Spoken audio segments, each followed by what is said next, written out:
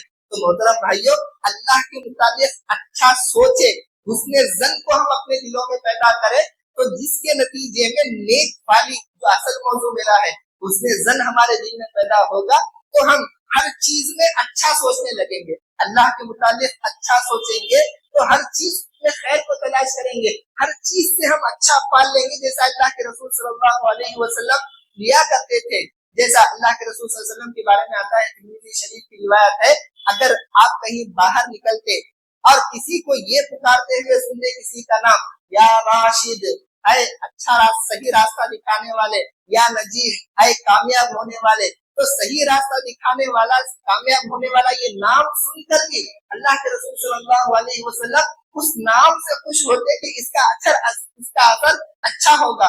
جب اللہ کے رسول صلی اللہ علیہ وسلم مدینہ تشریف لائے تو مدینے کا پرانا نام تھا یثرب، مدینے کا پہلا پرانا نام تھا یثرب۔ یثرب کسے کہتے ہیں؟ یثرب کہتے ہیں ایسی چیز جو ملامت کرنے والی ہو، زجر و توبیخ کرنے والی ہو، برا برا کہنے والی ہو۔ تو اللہ کے رسول صلی اللہ علیہ وسلم نے یثرب یہ نام ہٹایا، فوراً مدینے کا نام رکھا طیبہ، طابہ، پاک۔ تو اس نام کا اثر یہ ہوا، اس نام سے اللہ کے رسول صلی اللہ علیہ وسلم نے ایسا شگون لیا کہ مدینہ پاک ہو گیا منافقین سے، مدینہ پاک ہو گیا یہودیوں سے، مدینہ پاک ہو گیا گناہوں سے، مدینہ پاک رہے گا دجال سے تک بھی۔ اثر کس کا ہے؟ اللہ کے رسول صلی اللہ علیہ وسلم نے اللہ سے اچھا گمان رکھا، جس کے نتیجے میں اچھا پال لیتے تھے، مدینے کا نام رکھا طیبہ، طابہ، اور مدینہ پاک سرزمین بن گئی جو آج تک بھی پاک ہے۔ ایک حضرت سعید ابن مسیب بیان کرتے ہیں کہ ان کے دادا حضرت سعید ابن مسیب سید التابعین ہے، تابعی ہے، وہ بیان کرتے ہیں کہ ان کے دادا کا نام تھا حزنن، حضرت سعید ابن مسیب کے دادا کا نام تھا حزنن۔ حزنن کہتے ہیں غم کو، حزنن کہتے ہیں تکلیف کو، حزنن کہتے ہیں مصیبت کو۔ تو ان کا یہ نام جب اللہ کے رسول صلی اللہ علیہ وسلم نے سنا تو کہا کہ یہ نام اچھا نہیں ہے، اس نام کو بدل کر آپ جو ہے اپنا نام سہل رکھ لیں۔ سہل کہتے ہیں آسانی کو۔ تو حضرت حزن نے کہا کہ میں اپنے اس نام کو نہیں بدلوں گا جو نام میرے باپ نے مجھے دیا ہے، میں اپنے اس نام کو نہیں بدلوں گا جو نام میرے باپ نے مجھے دیا ہے۔ تو نبی کریم صلی اللہ علیہ وسلم نے ان کے جذبات کا لحاظ رکھتے ہوئے کہا کہ ٹھیک ہے، نہیں بدلنا چاہتے ہیں تو ویسے ہی رہنے دے۔ اس کا نتیجہ کیا ہوا؟ ان کے پوترے جو سعید بن مسیب ہے رحمہ اللہ بیان کرتے ہیں فما زالت الصعوبۃ فینا بعد، اس نام کا اثر یہ ہوا کہ ہماری زندگیوں میں ہمیشہ غم ہی رہا، صرف ان کے دادا کی زندگی میں نہیں، وہ منتقل ہو کر پوترے بیان کر رہے ہیں کہ فما زالت الصعوبۃ فینا، ہماری زندگیوں میں ہمیشہ جو ہے غم رہتا، ہمیشہ کوئی نہ کوئی تکلیف رہا کرتی۔ تو اللہ کے نبی اچھے ناموں سے اچھا شگون لیا کرتے تھے، برا نام دیکھتے تو فوراً بدل دیتے۔ حضرت عمر بن خطاب رضی اللہ عنہ کی بیٹی کا نام تھا عاصیہ، عین علی سے میں کہہ رہا ہوں، عین علی صاد یا، جس کا معنی ہے نافرمانی کرنے والی۔ تو فوراً اللہ کے نبی صلی اللہ علیہ وسلم نے اس نام کو ہٹایا اور کہا کہ آج سے تمہارا نام جمیلہ ہے، یعنی خوبصورت، آج سے تمہارا نام جمیلہ ہے۔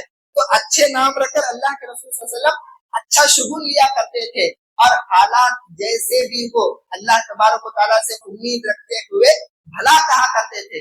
نیک شگونی کیا ہے، اچھا فعل کیا ہے، بھلا کہنا ہی اچھا فعل ہے۔ جب طائف کا واقعہ آپ لوگ جانتے ہیں کہ کیسی تکلیف طائف والوں نے آپ کو دی، آپ کو جو پتھر برسائے گئے، خون بہ کر آپ کے جوتوں میں جمع ہو گیا، ایسی کیفیت اللہ کے رسول صلی اللہ علیہ وسلم کی تھی۔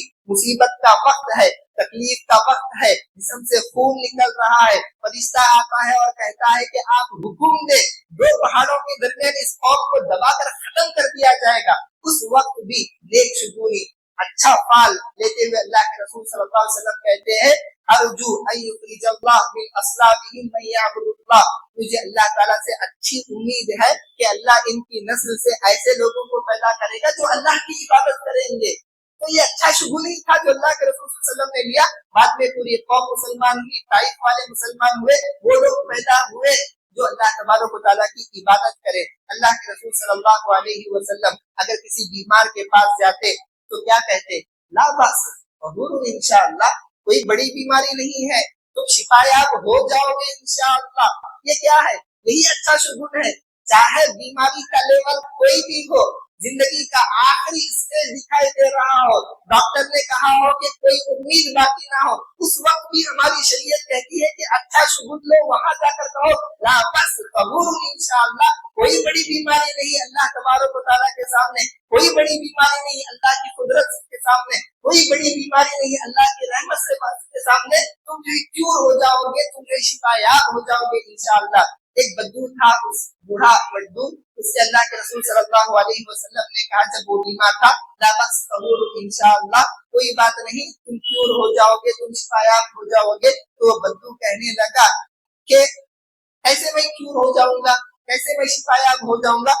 بل ہی حما تطور، مجھے ایسی بخار ہے جو ابل رہی ہے، علی شیخ کبیر، وہ بخار بھی بوڑھے بدو کو آئی ہوئی ہے، تزیرہ القبور، اس بخار کو دیکھ کر ایسے لگ رہا ہے کہ مجھے خبر تک پہنچا کر ہی دم لے گی۔ اللہ کے رسول اچھی بات کہہ رہے ہیں کہ تم جو ہے شفا یاب ہو جاؤ گے۔ وہ بدو کہہ رہا ہے کہ کیسے شفا یاب ہوں گا، بخار ابل رہی ہے، میں بوڑھا ہوں، خبر ہی میں جاؤں گا اس بخار کے ذریعے۔ تو اس وقت اللہ کے رسول صلی اللہ علیہ وسلم نے کہا نعم اذن، اگر تم یہ سمجھتے ہو تو ٹھیک ہے، ایسا ہی تمہارے ساتھ ہوگا، تم اسی بخار سے مر جاؤ گے۔ گویا اللہ کے رسول صلی اللہ علیہ وسلم نے کہا تو اس کی بدگمانی کی وجہ سے اس کے ساتھ برا ہوا، اسی بخار سے جو ہے وہ مر گیا۔ تو اچھا شگون اللہ کے رسول صلی اللہ علیہ وسلم لیا کرتے تھے، جیسا کہ جو ہے استسقاء کے موقع پر بھی ہم دیکھتے ہیں جب نماز پڑھنے کے لیے جاتے ہیں تو ہم اپنی چادر الٹتے ہیں، چادر ہم الٹتے ہیں، تو چادر الٹ کر اللہ کے رسول صلی اللہ علیہ وسلم اچھا شگون لیا کرتے تھے کہ موسم بھی اسی طرح الٹے گا، یہ دھوپ جو ہے بارش میں بدل جائے گی، یہ جو ہے گرمی جو ہے اللہ تبارک و تعالیٰ کی رحمت میں بدل جائے گی۔ اس سے بھی اللہ کے رسول صلی اللہ علیہ وسلم اچھا شگون لیا کرتے تھے۔ تو یہ بد شگونی جو سفر کا مہینہ آ رہا ہے اسے ختم کرنا ہے، جو شرک ہے، اچھا شگون لینا، تکلیف کے وقت کی اچھی بات کرنا، یہ نبی کریم صلی اللہ علیہ وسلم کی سنت ہے، اس سنت کو زندہ کرنے کی ضرورت ہے۔ اللہ تبارک و تعالیٰ سے دعا ہے کہ پروردگارہ تو ہمیں توحید پر باقی رکھ اور اللہ کے رسول صلی اللہ علیہ وسلم کی ہر چھوٹی بڑی سنت پر ہمیں عمل کرنے کی توفیق دے۔ آمین وآخر دعوانا الحمدللہ رب العالمین۔